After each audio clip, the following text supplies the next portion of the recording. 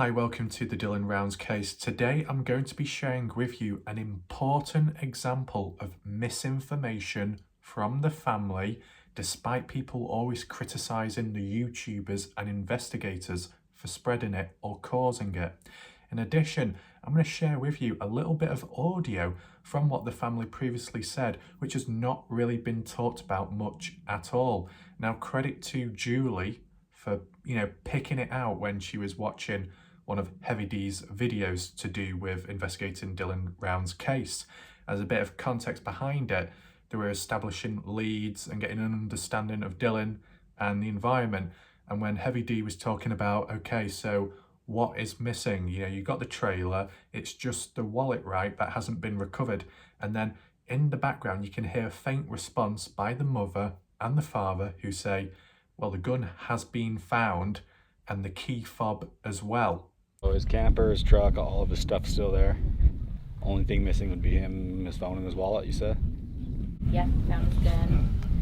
So Found the key fob to pick up everything that was missing.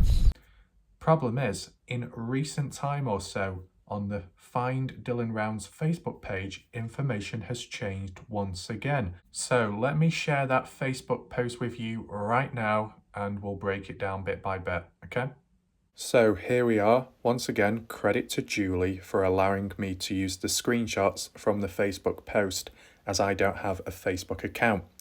Now, this post is from the official page, Find Dylan, which is mainly members who are friends and family of Dylan, and only they can post and provide updates as well as new photos or photos from the past. I have seen the odd one in recent time. So this post titled Dispelling Rumours. I believe this is written by the mother, and she says, I don't watch most YouTube podcasts because the amount of misinformation and sensationalism, whatever, is frustrating to me. I did, however, catch a podcast this morning, so I wanted to confirm some information. Hashtag facts matter.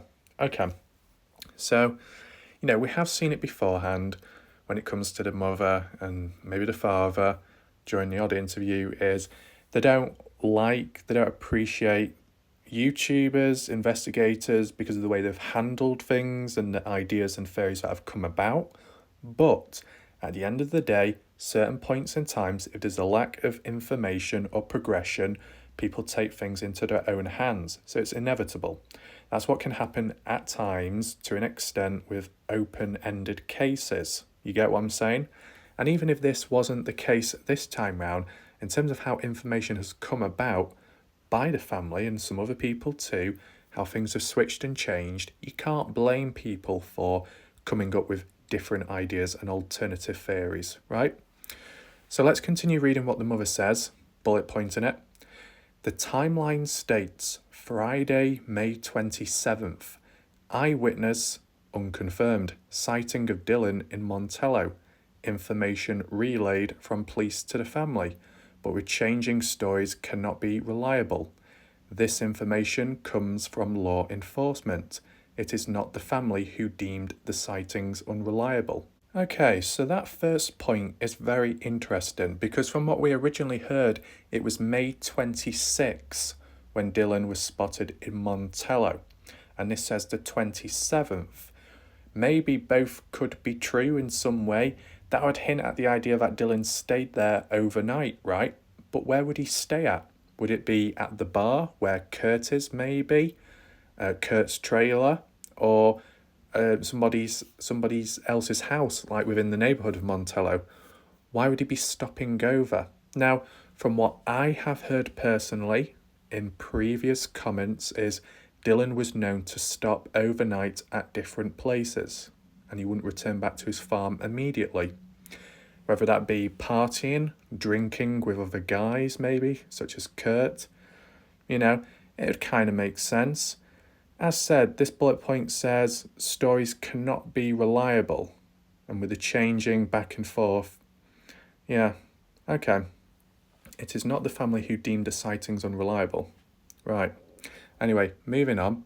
The next bullet point, the timeline states Saturday, May 28th, 3:41 p.m. ECSO released the last cell phone data that came from Dylan's phone at or near his farm. Well, yes, that's true. Okay, so just moving on to the next slide, it continues on by saying the family has received information from law enforcement that activity was actually at 2:41 p.m. MST and it was a ping from his apps. There was no activity after that time. There is no evidence of a voicemail left for someone at 4 p.m. from his phone, as has been rumoured. The last phone call activity on Dylan's phone is as stated in the timeline at 6:51 a.m. with his grandma. Okay, that's interesting. Now, before we continue, I just want to look back at that. So yeah, that ping, and they said it's within a 15-mile radius in that area west of Dylan's shop where his boots were found nearby, okay? So, with that in mind, it said the ping was from apps. What apps create a ping? Is it one of those like trackers, health ones, where it tracks your progress, your location, and he had it on his phone, so that's what enabled them to find it, maybe? Or was Dylan actually using a specific app at the time? And you wonder why. What was it used for? Was it him using it, or was it someone else? Is there any significance behind the app? Just worth questioning.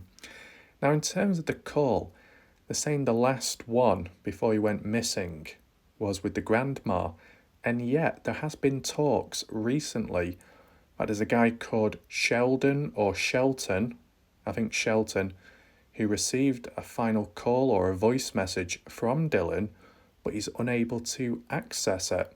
Now, yeah, that can happen at times where you might receive a voicemail and for some reason you can't open it or listen to it for all kinds of reasons. It could be a technical one. But it's not been talked about much, Shelton. So I don't know who he is, where he's from. He must know Dylan. And it's like, I wonder what was said. But it's not mentioned here though. So, you know what I'm saying? I have to try and take it with a grain of salt. Now the next bullet point. The timeline states Tuesday, May 31st, family received a call from a citizen of Montello, Kurt, who used to work with Dylan, stating Dylan was being held in a specific location by Chase and another gentleman in Montello, Nevada. ECSO sent out 6 deputies, but he was not there and they searched the entire property. This information, including the date, is accurate, verified by the timestamp on a voicemail. Yes, this is the same day the pond was drained and the call was made later in the day. Okay, so I haven't looked at Kurt myself that much, but I have heard that Kurt and Dylan got on fairly well. And, Kurt and Dylan did hang out back at his trailer at some point, or on a few occasions, drinking and just talking normally.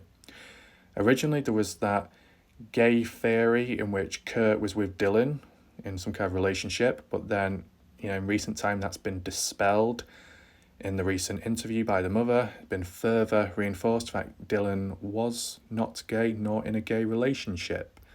So there was also talks about Kurt being dressed up as a female or wearing a dress, which is a bit random, but people might do that when they're messing around or they're a bit drunk. So yeah. Now it's interesting because I have heard it before about that false phone call where it turned out it wasn't true, but it makes you think, why did Kurt phone him up?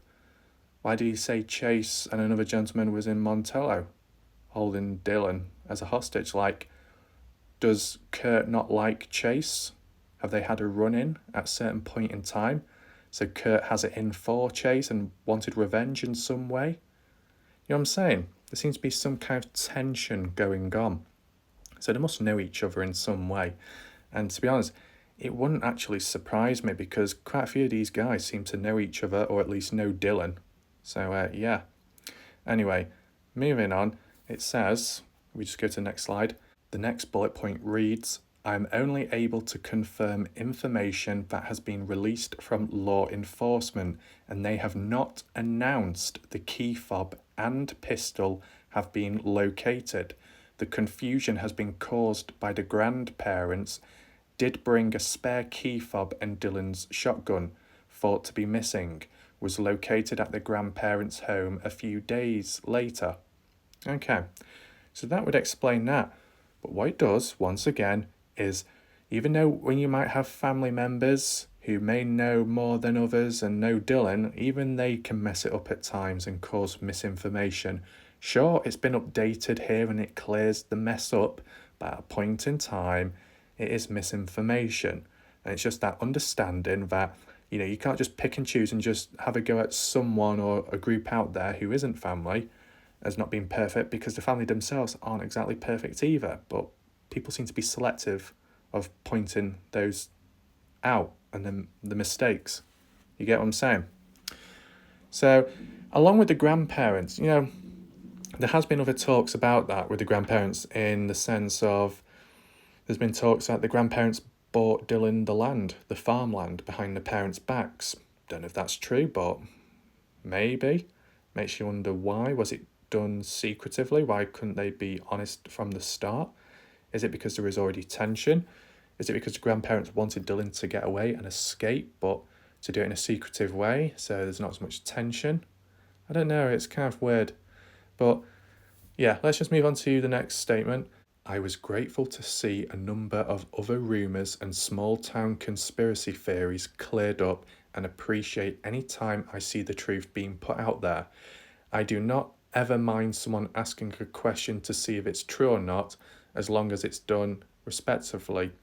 I will answer questions 1,000 times if it helps the facts be known. This is about Dylan and finding Dylan. It is not about every crazy rumour that goes on in a small town. Crazy things happen everywhere. Thank you to everyone of our members for your prayers, well wishes, kind words that help the family get through the darkest moments. Great comfort to know who they are, not alone. There's a whole world of people supporting out there. So yeah, there you go. So the information presented in the Facebook post was interesting. You can leave a comment down below. Let me know what you think of it. I know this video could have been uploaded a bit sooner, but I can only make one video at a time, obviously, and the last one was fairly important. But this video in general, I want it to serve as an example to reinforce that when it comes to misinformation or making corrections or previously making errors can happen with anyone, even if it's family members, even if it's people that know Dylan much better than the general population. Doesn't matter. So when there are these little individual witch hunters saying, you're not sticking to the script, you're not sticking to the facts, why are you not doing this, why are you not doing that, why are you coming up with all kinds of wild theories? It's because the more genuine people, the ones who supposedly know more, don't know that much at times or make mistakes. So you can take things into your own hands in terms of ideas and stuff, okay? That should make sense, right? Now, the one thing that stood out to me in that Facebook post is about the dates, saying the 27th when he was seen in Montello, and not the 26th. Now, I don't know which one's which, whether it's the 26th or the 27th, but maybe it was the 26th. And then he stayed over the night or two.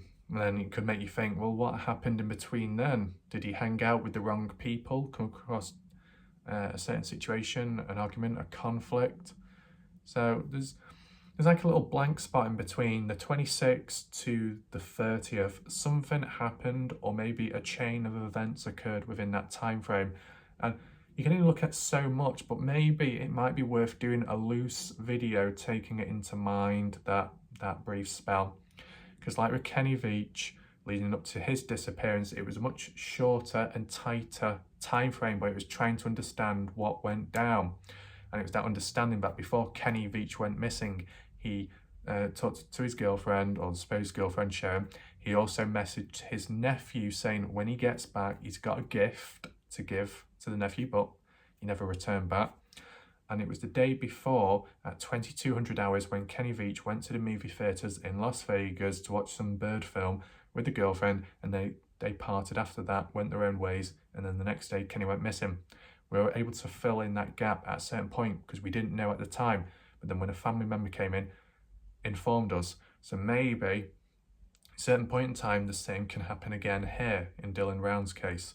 and it might help in some way, because look, depends how you look at it. You know, you could say, oh, case solved, suspect has been found, but you still need the location of, I guess, Dylan or his remains, obviously, because that does help. But in addition, it's to do with like just filling in the backstory leading up to it. What caused someone to act out, to perform a certain action? Can it be preventable next time? Is there any ways of detecting? You know, it's just like all kinds of things that can come out about it, even when it is too late afterwards. New things can be learned or analysed just to get a full picture and story of it and how it went down. Okay, so that's it for now. You can leave a comment down below, let me know what you think of the mother, this post, and so on. Thanks for watching. I'll see you in the next video. Goodbye.